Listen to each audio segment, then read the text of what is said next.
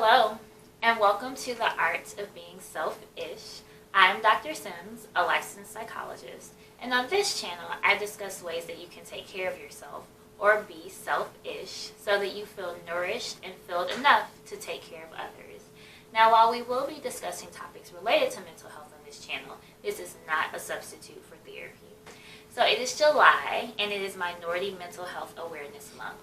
And since I was doing something a little bit different back in May during Mental Health Awareness Month, I wanted to really allow us some time to focus on our mental health, specifically different ways of getting mental health treatment during this month of July.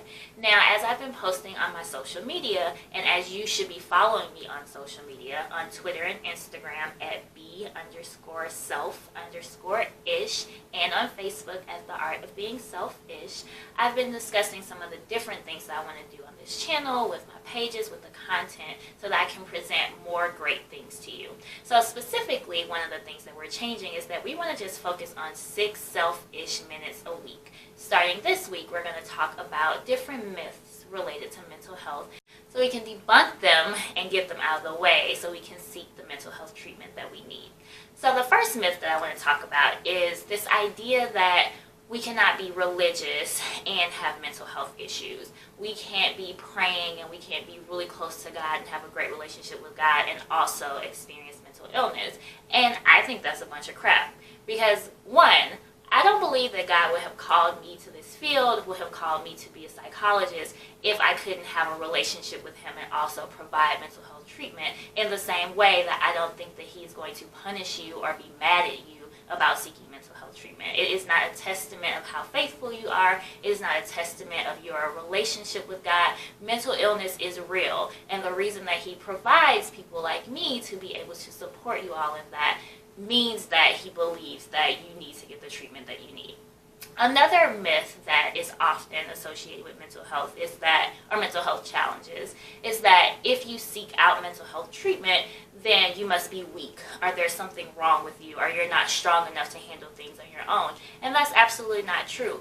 We do not associate these same things with physical illnesses. No one blames you for having a physical illness. Yes, there are some that maybe you can be living life differently and doing things differently to prevent or reduce the possibility that you'll get them, but a lot of times, like cancer, typically just comes about out of nowhere. And the issue that we have around mental illness is that we don't really understand the source of it, but there are also biological bases to mental illness. And so this idea that you're just a weak person or you're not strong enough has nothing to do with the development of a mental illness. Sometimes your mental illness just comes out of nowhere and you need to seek the appropriate treatment to take care of that. Another myth about mental health treatment is that the therapists won't understand you, they won't get you, they won't understand what's going on, or they can't relate to you on some level. A lot of times that comes along with this idea that only women seek mental health treatment, or only white people seek mental health treatment, or it's only for crazy people. And that's absolutely not true. There are lots of reasons that people seek mental health treatment, and mental health treatment is for everybody.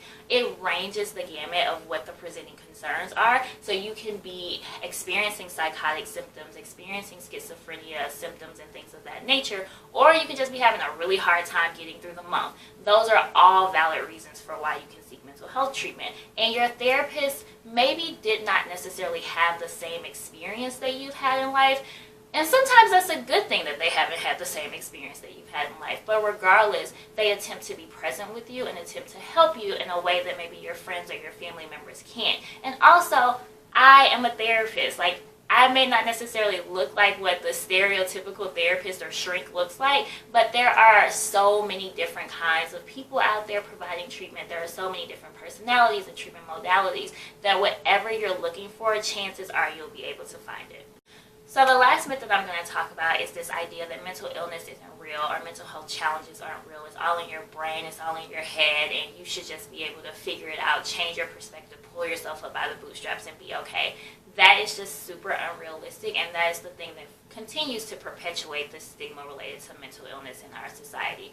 There are certain things that, yes, you can do. This channel is all about the things that you can do to change your lifestyle to make sure that you're being healthy mentally. Similarly, we tell you about your physical health things eating healthy, exercising, sleeping well, that help with your physical health. So yes, there is an aspect of that, of things that you can be doing. However, there are a range of different mental illnesses that come up that are not just about you changing your lifestyle and doing things different. There are things that you really have to talk to people about, get support around, maybe even get medication to treat, so that you can be able to do those things on a daily basis that help you be more healthy mentally. And so being open to understanding that you can't do everything on your own, is not always just about what you can do, can really help to reduce the stigma around mental illness and make sure that people are going out, yourself included, and seeking that treatment as you need it.